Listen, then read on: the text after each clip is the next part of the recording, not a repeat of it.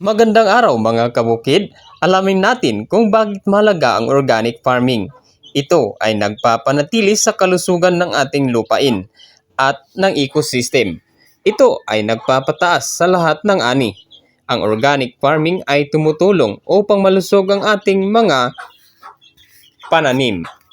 Nagpapababa ito ng polusyon at nagpoprotekta sa mga magsasaka at mga konsumante. Ligtas ito at natural sa lahat ng uri ng pananim at mga hayop. Ito ay produktibo at may sistema. Mura lang ang mga raw materials ng organic at mahalaga ito para sa mga magsasaka. Ang organic farming ay nagpapanatili na malusog ang ating pananim at ang lupa.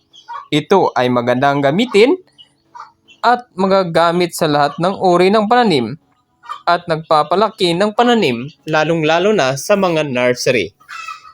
Hanggang dito na lamang po mga kabukid, hanggang sa susunod at maraming salamat sa inyong panonood.